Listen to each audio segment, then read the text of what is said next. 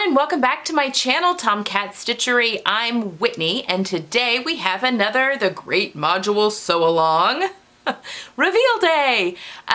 So I am sharing with you today the 3 tops that I have either chosen or made for my second module. So I've already last week showed you the 3 tops that I had chose or made for module 1, and today we're adding a little bit more color into the module.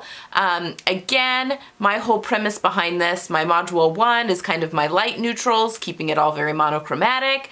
Module 2, I've done more dark colors and brought in a little bit more pops of color, and then module 3 is more casual, and I brought in even more color, which is kind of, again, hopefully these 3 modules can carry through most of the year, not all, but most, to where then I can kind of switch a few items out for more seasonally appropriate, you know, maybe the green corduroy pants, for instance, that I'm gonna be making for module 3, maybe these can get exchanged for a pair of like olive green linen pants in the summer months and stuff like that. So that is what we have going on. So today I've got my 3 tops to share, and I have thrifted one of them, and then the other 2 I have made.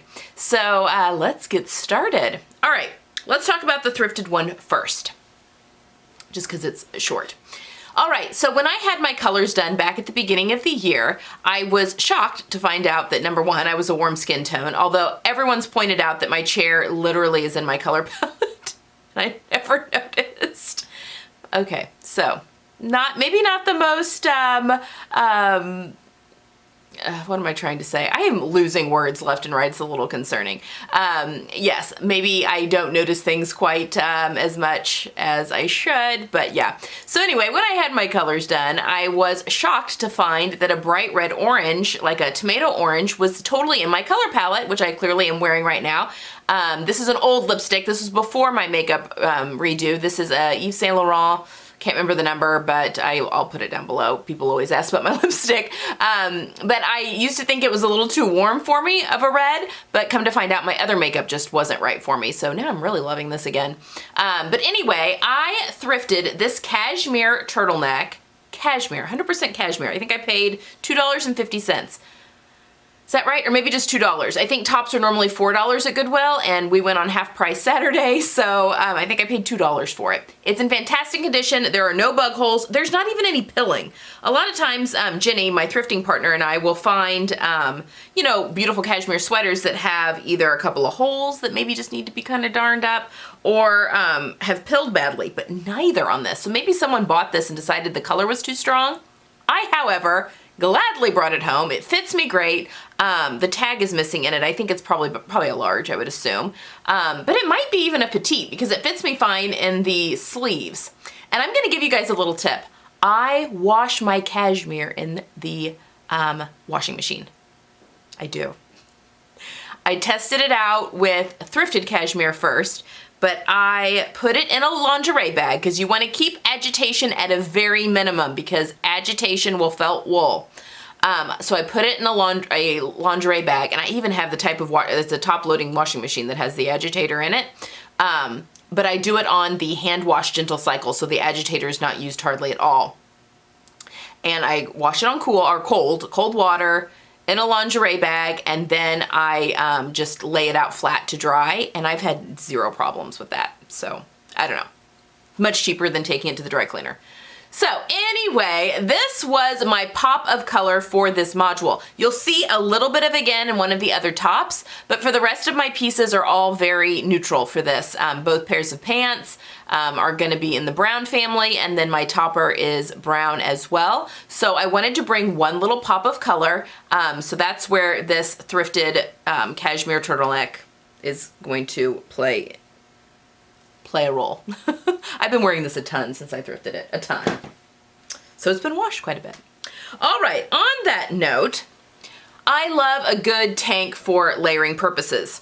This is the Mix It tank, which is part of the Mix It tank, top, and shirt pattern. I've made the top and the shirt back, it's the sewing workshop back in the fall, and loved them, so decided to try the tank. And I made it out of this gorgeous wool challis from my mentor Joyce. It's from her stash. So this is definitely some of the warmer browns.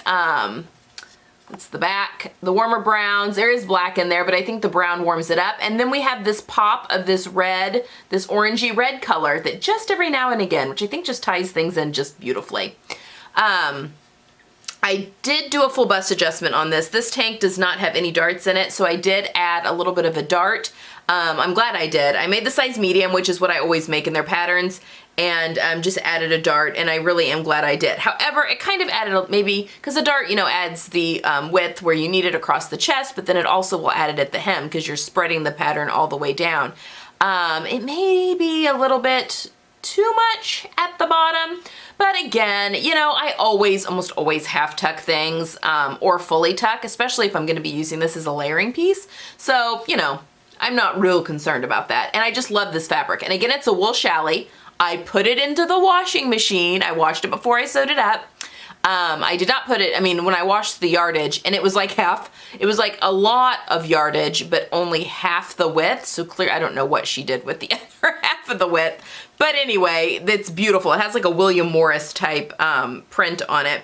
But I stuck it in the washing machine and then let it air dry. It did just fine. So I will be washing this again in a lingerie bag on cold in the hand wash cycle, and then just letting it air dry.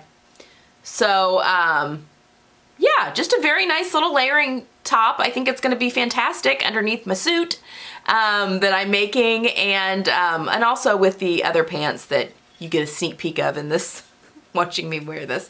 But again, I've been very pleased. This is a great pattern. It has the three totally different tops in it, and it's just a fantastic basic building pattern. It's a good one. So anyway, so there's a little bit more color. And then, in my quest to find the perfect t-shirt, which I am going to do t-shirt week, as soon as this challenge is over, I'm going to do a full week. So I'm going to have a whole bunch of videos in 1 week, I think that's what I'm going to do. Or I'll just do it over like 2 weeks and just do like Tuesday, Friday, Sunday, Tuesday, Friday, Sunday, all just like 6 different, I may do that, 6 different t-shirt videos. So I'll be doing some tutorials on different neck finishes for, you know, like how to do a V-neck. I may even do this pattern I'm getting ready to show you has a square neck option with kind of like the wanted tee, which I'm very eager to try. I don't like the way she's done it in this pattern, but I think it's basically a V-neck. You're just doing 2 separate V's over here on the side, mitered corners. So anyway, I am gonna do a t-shirt intensive as soon as the challenge is over. So one of the t-shirts that we'll be exploring, and we're gonna be exploring a whole bunch of different t-shirt patterns, not just one pattern. But this is the perfect t-shirt, oddly enough, by Pamela's Patterns, and I played around to get the fit right on this. Now she's got on this pattern different shortening lines to do a petite adjustment. So you can do a petite adjustment if you're short and through here, which I am, but it always throws people because my bust point is not necessarily short because my boobs are so big, but I am very short. Like the top of my armhole is way up here. My bust apex is way down here. Look at the difference there. So there's the bottom of my armpit. There's my bust apex. So I'm very short in through here. So I took that out and then also took the same width out of those lines out of the sleeve. But then when I put it on, I was getting a lot of the sleeve was pulling over. Well, this doesn't have a sleeve. This is a grown-on sleeve, but the sleeve was kind of pulling over and bringing the shoulder was fine, but it was bringing this in. Well, I just hiked the t-shirt up so that the underarm was where it was supposed to be under my arm, and then I had the width I needed across the bust. So I ended up taking 1 5/8 inches out of this whole part of the shirt. And then I pinched out 1 5/8 inches, and then I did the same thing across the sleeve cap. Again, she's got lengthened like a pinch pleat, and it tells you how to do it in the pattern. And I just added 1/2 inch on either side of that. So she has you taking out up to 5/8 of an inch. I took an extra inch out of that as well. And it fits me really well.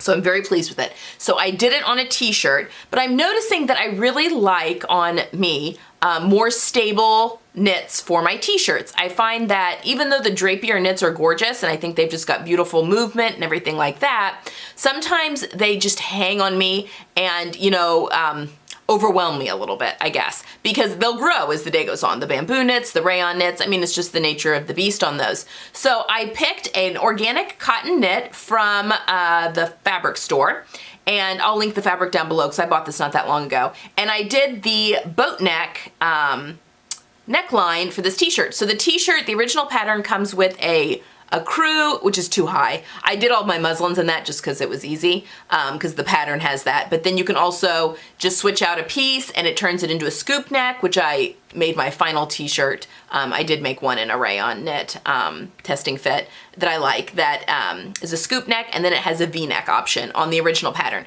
Then you can buy the neckline and sleeve expansion, and it has like a bell sleeve and a flare sleeve, which actually the flare sleeve could be really fun if you put cuffs on it. It would give you that billowy sleeve within the tight cuffs. I think I'm gonna play around with that during t-shirt week too. And then let's see, it's got a ballet neckline, a boat neckline, and then the square neckline are the 3 extra necklines. And I bought both of those patterns and I'm very pleased. So again, I used a very stable cotton knit. So it's a Breton style t-shirt. I wanted to do the boat neck because I have a horizontal stripe in my colors, and I actually had just enough left over to do a tank. This is the basic summer tank and dress from Love Notions. I think that's what it's called. Now, in all honesty, I think I need to size up with this real stable. This does not have a lot of stretch because it's just, I don't think, there's a little bit of spandex in it, but not much. So there's not a lot of stretch in this. So for the tank, I feel like maybe it's a fitted tank, which is fine because I just made it with the remaining fabric. I love it under my Sabalito top, which is kind of what I was thinking. I needed a fun tank to wear underneath this top. But anyway, that's neither here nor there. That has nothing to do with this shirt. I love this shirt. This is nice and roomy. I decided not to do, she does have full bust fronts that actually have a dart in them. I'm right on the line. She says 3 inches is kind of the line. I think it's 3 inches, or maybe hers, this is 4. I think hers is 4. If you have a 4-inch difference or larger between your upper bust and your full bust, you should use the full bust piece. I think that's what it is. And I have 3. So I went ahead and just did the regular one. And I do have a little bit of pulling towards the arm side, which is typical. Like maybe I'd need a teeny tiny full bust adjustment, but to be honest, it's a knit t-shirt. I'm not that concerned about it. So yeah, so I shortened the sleeves per normal. And then I took I did narrow the shoulder by 5/8 of an inch, which is very typical for me because I only have 4.5 inch shoulder. Most people have 5.5 to 6. Mine's only 4.5. So anyway, I always have to take it in a little bit. So I did take the shoulder in. Yeah. And I just love, the boat neck on this is very interesting. So it has like almost this little dart thing where you sew it together and then it gets folded in. I'll show you how it's finished. So, here, let me just turn it inside out. Again, I'm not crazy with the way she finishes off her square neckline or her V-neck, but I have a way that I like to do my V-necks, and I think the square would be very similar. But anyway, you've got, so there's the seam, and it just folds back on itself and gets caught up in the shoulder seam. So there is, I even put a little tag. My friend Jenny got me some of the Kylie and the Machine tags, so I put that, that's the back. So this is all grown on, so it just folds over, you finish it, and then you top stitch it down. And it's just a really nice and stable boat neck finish. You know, a lot of the boat neck finishes have you just serging the top of the, you know, once you've sewn your shoulder seams, you just serge along the neckline and then you just fold it over on itself and either cover stitch or top stitch that down, which has a tendency it can roll out a little bit. My Edie top, sew over Edie top finishes off that way. But this just almost gives it like a facing finish, but it's a grown on facing. And I really like it. It's just it holds its shape. Yeah, I feel like this is a very professional finish on the t-shirt. I finished it off with 1-inch hems on the sleeve and on the base of the shirt. And I used all my various stay tapes and double stick tapes, which we can go over more in t-shirt week. But I love this. I mean, it's just gonna be a great layering piece, wear standalone. I think it'll look great with the little scarf I'm gonna create out of that fabric. Yeah, I mean, you can't go wrong with a Breton stripe. You guys know that I tend to lean more classic towards my tastes in clothing, a little more traditional classic, so right up my alley. Okay, guys, that's all I've got for today. I'm not sure what's coming on Friday yet. My Fridays are kind of up in the air a little bit, which I don't mind. I might show you, I have a couple of Minerva makes that I've recently made, because that I think would be fun that you guys just haven't seen. Like, I've made them for their blog, but you guys haven't seen. So I may just do a little bit of a catch up on a lookbook on some of my Minerva makes that I've made both for myself, and I made some stuff for my daughter as well. So anyway, that might be on Friday. Don't hold me to that, but that might be on Friday. And then on Sunday, we've got part 2 of our Huxley bag. If you haven't gotten that yet, I will have the link to that in the description box below. I've got a 20% off coupon for that pattern for you. All right, guys, in addition to 20% off Love Notions and also 20% off So Altered Style, all 3 of those discount codes are down below.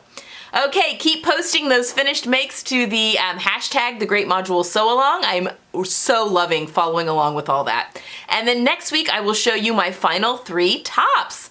Okay, hope you guys have a wonderful week, and I'll see you on Friday. Bye.